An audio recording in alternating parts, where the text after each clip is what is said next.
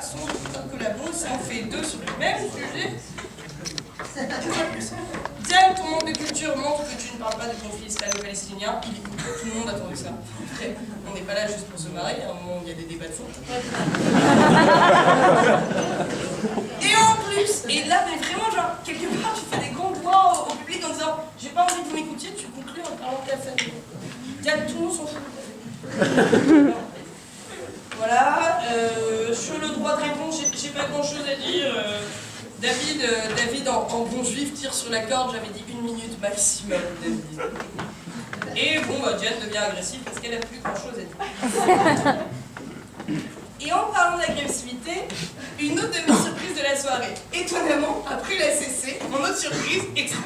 Moi, ça me semble cohérent. Extrême arrive. Alors, je l'ai noté sur le papier, vous noterez.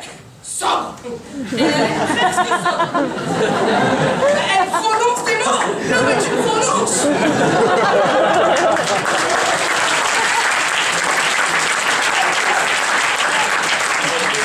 En plus, alors, comment vous dire que la meuf pèse énormément? Son speech est réalisé sur un papier à entêté sec. Oui, vraiment. Il y a une putain d'entêté sec, je sais pas, ça doit être sous le riz pour ses frais de scolarité.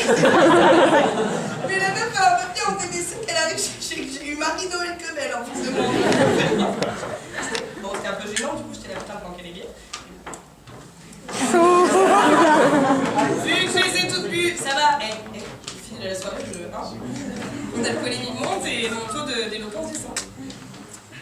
Là encore, j'ai eu une petite phrase sympa.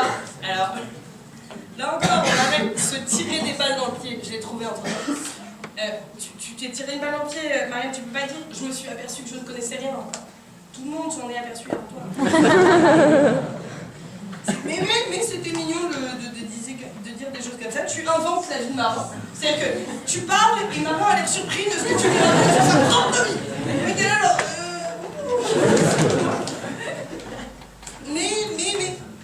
Et là encore... Et je m'en veux parce que tu me fais un peu peur.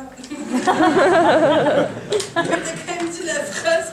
Ni gros, ni grand, juste lourd. La seule chose que tu tires, c'est de la Cronenbourg. Mariam, est-ce que tu parles de toi? Remarque, t'es plutôt grand. Sympathique parce que tu peur. Et on a vu la crainte. Et c'est là où Mara a commencé à prendre le dessus. On a vu l'échange de pouvoir entre eux. T'as commencé à clasher. Le regard était sympathique. T'as fait des blagues sur Carotte. Personne n'a compris, c'est son surnom d'une feuille. Il y a un hashtag pas sympa pour Carotte. Bon, bref. T'as parlé de sa meuf sans parler de sa meuf parce qu'il a une meuf. C'est une sale histoire, mais je la connais, elle existe vraiment. Enfin, elle m'a l'air, elle pèse 40 kilos, mais... Et là, je me reprends. T'as craint, Marianne, t'as eu peur, Marianne. Tu t'es dit, putain, je vais plus jamais voir Macron. Et puis, t'as dit, non, mais Marin, t'es sûrement un mec bien. Enfonce-le, il était à ça de la tombe, et toi, tu l'as ressorti. Non, vas-y, prends l'air. C'est dommage, quoi. Et par contre, ce qui est drôle, alors là encore, je suis vraiment, voilà, ma console de la soirée, et je bois être gros, ça m'en veut pas beaucoup. Et là, non, mais je dis ça pour que vous me disiez, mais non, t'es pas mal. Et là, il s'est passé un moment sympa où t'as commencé à parler des éventuels problèmes de foie, t'aurais parlé des problèmes d'audition, du fait que c'est un peu chiant de faire des permes et tout. Il y a trop de feuilles pour moi. Ces gens m'ont parlé. Tu leur parles de leur vie quotidienne. Parma, elle a putain de regarder son téléphone, genre il faut que je m'envoie un peu de faire mon mec, ça va compenser, je vais faire un... Ah non.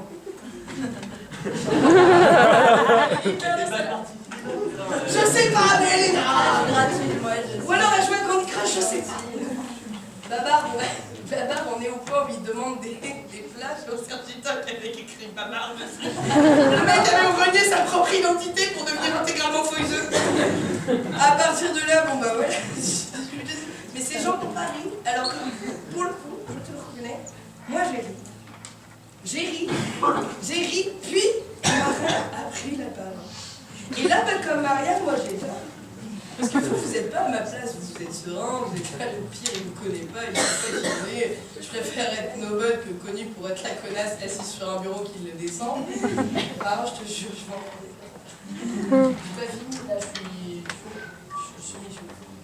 Donc, nous, Marvin d'ailleurs commence par se faire aimer les publics en arborant le classique snobisme faiseux. Non, mais si tu veux, toi, je te connais pas, Marianne, personne ne te connaît. Qui es-tu? Excuse-moi. Non, mais toi, tu fais la queue. Toi, je sais pas, j'ai envie de danser avec ma pote sur cette musique incroyable. Ah non, en fait, ça a changé de musique parce que je ne contrôle pas du tout le pays qui est en train de gérer cette putain de musique. Et ça fait 5 fois qu'on entend cette putain de chanson juive. Ah, je crois que David Six.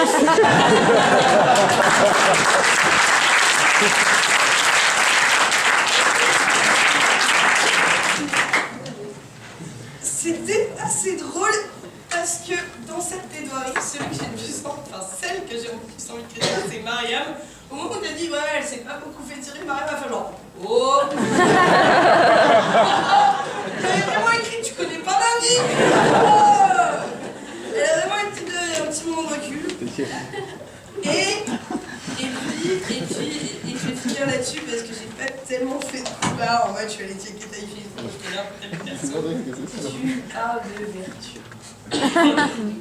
Ta meuf s'appelle Marie Cesson. Et tu nous parles de vertu. Est-ce que tu veux nous parler de ce que tu as fait la dernière fois que tu es allée sur le tour de l'essai? Et tu es descendu en sous-violet avec Marie qui me dit on a regardé les étoiles, c'est des beaux. Et c'est vrai que c'était beau d'après tout ce carotte. Mais ça va.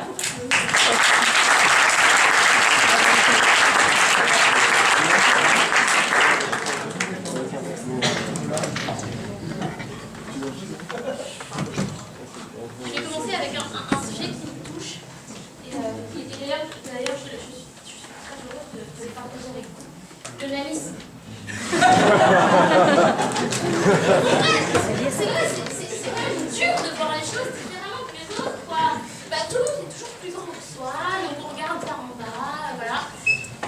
Et puis après, j'ai rencontré quelqu'un qui m'a permis de comprendre que ma vie n'était pas si nulle, si médiocre. J'ai rencontré David Chi. David Chi m'a appris qu'on pouvait être l'un, épileptique, porter des costards et être chauve à la fois. Et pour autant, on peut le vivre bien. Et se dire que, bon bah, je vais parler devant plein de gens, je vais clasher des gens, parce que je suis en position de clasher des gens, vous savez, je suis plus vieux, je suis chauve, Et du coup, je me dis, vas-y, je vais mettre un costard un peu plus privé. C'est pas de me dire. Effectivement, le costard, c'est logique, il va nous parler, enfin, il représente les sectes Israël. Les sectes Israël, c'est quoi l'association? C'est l'association qui promeut la culture.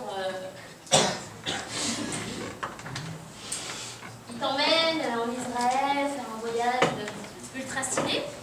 Ou est-ce que c'est pas plutôt l'association du réseau? Parce que bon, je connais quelques petits infiltrés. Alors moi, j'ai un petit stage à Morgan Stanley, ça t'intéresse?